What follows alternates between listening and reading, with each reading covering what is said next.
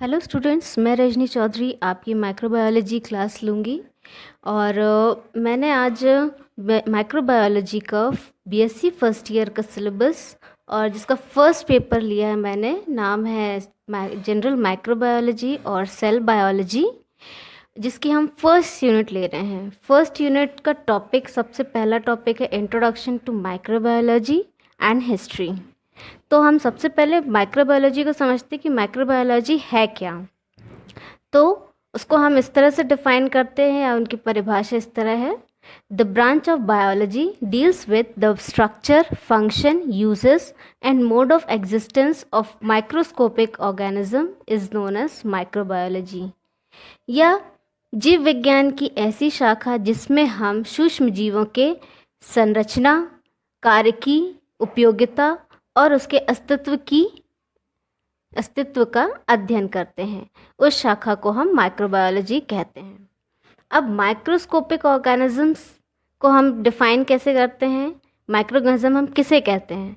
Those organism which can not be seen by naked eyes, hence microscope is required to see the organism.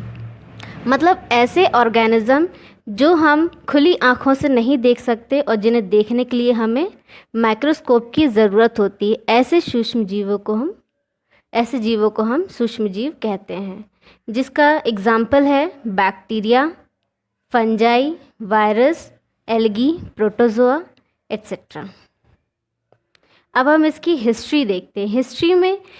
History का मतलब ये कि जो microbiology field है वो सबसे पहले किसने इसके बारे में खोज की और किन किन साइंटिस्ट का इसमें कंट्रीब्यूशन रहा और उन्होंने क्या क्या नए नए तकनीक निकाले, इसको और आगे बढ़ाया, ये सब हम देखेंगे। तो हिस्ट्री में सबसे पहला जो नाम आता है वो आता है एंटनी वैन ल्यूवेनहॉक, जिन्हें हम फादर ऑफ माइक्रोबायोलॉजी भी कहते हैं। अभी हम आगे देखते हैं कि इनको फादर ऑफ माइक्रोबायोलॉजी क्यों कहा जाता है। ठीक है, तो सबसे पहला उन्होंने जो डिस्कवर किया था वो था सिंपल माइक्रोस्कोप, जो कि वन लेंस। सिंपल माइक्रोस्कोप कैसा होता है? जिसमें सिर्फ सिंगल लेंस लगा होता है, एक लेंस का जो बना हुआ होता है उसको हम सिंपल माइक्रोस्कोप कहते हैं। तो इसके पीछे भी एक कहानी है कि जो एंटनी वैन ल्यूवेनहॉक थे वो एक मर्चेंट थे और यह एक टेक्सटाइल बिजनेसमैन थे जिनका काम था क्लॉथ का। तो वो क्लॉथ को देखने के लिए उन्हें लेंस की ज़रूरत पड़ती थी और लेंस बनाने में फिर उनका इंटरेस्ट आया तो उन्होंने लेंसेज बनाना शुरू किए। और लेंस बनाने के बाद उन्होंने एक माइक्रोस्कोप तैयार किया जिसमें एक सिंगल लेंस लगाया उन्होंने। राइट, कब बनाया? 1674 में। अब देखते हैं, first to see the bacteria and protozoa and named animalcules. Antony van Leeuwenhoek ऐसे पहले व्यक्ति थे जिन्होंने इस सिंपल माइक्रोस्कोप के ज़रिए उन्होंने फर्स्ट टाइम बैक्टीरिया को देखा था और उन्होंने उसको क्या नाम दिया? एनिमल्क्यूल्स। क्योंकि उस वक्त ऐसा कोई नॉमेनक्लेचर नहीं था कि बैक्टीरिया है या कौन सा ऑर्गेनिज्म है, तो उन्होंने सबसे पहला नाम क्या दिया? उन्होंने एनिमल्क्यूल्स, वो भी 1674 में। अब ये उन्होंने किस में देखा था? ये बैक्टीरिया जो एनिमल्क्यूल्स उन्होंने नाम दिया है, तो वो किस में देखा था? उन्होंने क्या किया कि जो डिकेड टूथ स्कर्फ है, मतलब जो सड़े हुए दांत में जो थोड़ा बहुत जो लीजन्स सा निकलता है, उसको उन्होंने रेन वाटर में मिक्स किया और फिर उसको सिंपल माइक्रोस्कोप में देखा। तो उन्हें कुछ मूव करता हुआ, कुछ चलता हुआ उसमें दिखाई दिया और उन्होंने उसको नाम दिया एनिमल्क्यूल। फिर लेटर ऑन उन्होंने डिस्कवर किया मेजर क्लासेस ऑफ बैक्टीरिया, जैसे कि sphere, rod, spirals, protozoa, algae, spermatozoa, erythrocytes, east etcetera. ये तो हुई सबसे पहले साइंटिस्ट एंटनी वैन ल्यूवेनहॉक की। अब हम आते हैं स्पॉन्टेनियस जनरेशन ऑफ माइक्रोऑर्गेनिज्म। अब सवाल उठा कि ये जो सूक्ष्म जीव हैं वो उत्पन्न कैसे होते हैं। उसकी थ्योरीज दी गई और काफ़ी साइंटिस्ट ने अपने अपने अलग अलग ओपिनियन दिए, जिसे हम अभी देखेंगे। तो सबसे पहले 17th सेंचुरी के स्टार्टिंग में ही फ्रांसिस्को रेडी नाम के एक साइंटिस्ट थे। उन्होंने अपना जो ओपिनियन दिया वो ये था कि appearance of maggots is in decomposed meat dependent on the decomposition of egg by flies. मतलब कि जो सूक्ष्म जीव हैं वो किस तरह उत्पन्न हो रहे हैं, डिकम्पोजिशन के द्वारा, मीट के डिकम्पोजिशन के द्वारा मैगॉट्स का उत्पन्न हो रहे हैं, वो दिख रहे हैं। लेकिन ये भी किसके ऊपर निर्भर है, एग्स का डिकम्पोजिशन किसके द्वारा, फ्लाइज के द्वारा। फ्लाइज जो है जब एग्स को डिकम्पोज करती है देन फिर वो मीट डिकम्पोज होता है और ये मैगॉट्स का अपीयरेंस होता है।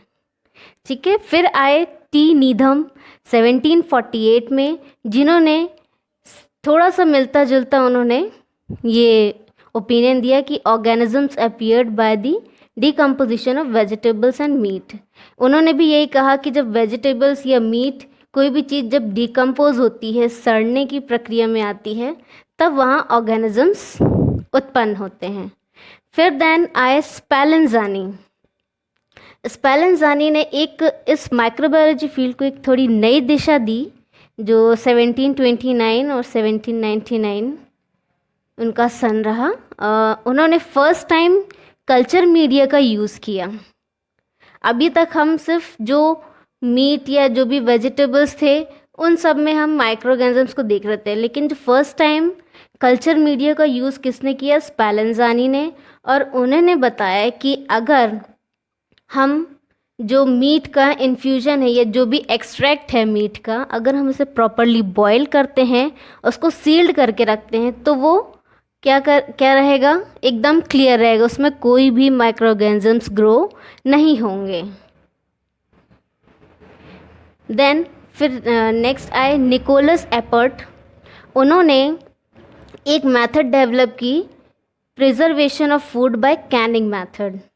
मतलब उन्होंने फूड को प्रिजर्व किया किसके मेथड के द्वारा, कैनिंग मेथड। कैनिंग मतलब कि किसी एक बंद डिब्बे में फूड मटेरियल को रखना, वो होती है कैनिंग। तो उन्होंने ये मेथड को डेवलप किया। फिर आए Schwann and Liebig. If air is, उनका कहना था कि if air is allowed to reenter in cooling flask before sealing gives same result. उनकी जो थ्योरी थी वो कुछ इससे ही मिलती जुलती थी। उन्होंने ये बताया कि जो एयर है, अगर हम उसको फिर से अंदर आने की अनुमति दें सीलिंग के पहले, तो हमें ये सेम रिजल्ट्स देखने मिल सकते हैं। फिर उन्होंने क्या किया, अल्कोहलिक फर्मेंटेशन और पेट्रीफेक्शन की जो मेथड्स है वो डेवलप की, जो प्रोसेस है उनको उन्होंने बताया। फिर से पहले कॉटन प्लग को उन्होंने यूज़ किया टू अवॉइड एयरबोर्न कंटामिनेशन। इसमें इनकी सबकी थ्योरीज में कंटामिनेशंस किसके थ्रू हो रहा है, थ्रू एयर ट्रांसमिशन। मतलब कि जो एयर में जो माइक्रोब्स प्रेजेंट है उनके द्वारा ही जो है वो क्या हो रहे हैं, कंटामिनेशन या माइक्रो ऑर्गेनिजम्स की उत्पत्ति को बताया जा रहा है। तो सबसे पहले तो इसमें स्पेलेंजानी का सबसे अहम रोल था, जिन्होंने कल्चर मीडिया यूज़ किया। एंड देन फिर इसके बाद स्क्रॉडर वॉन्डुश, जिन्होंने कॉटन प्लग का इस्तेमाल करना शुरू किया। ओके, अगर आपको हमारी वीडियो पसंद आती है तो प्लीज़ लाइक करें, शेयर करें। Thank you.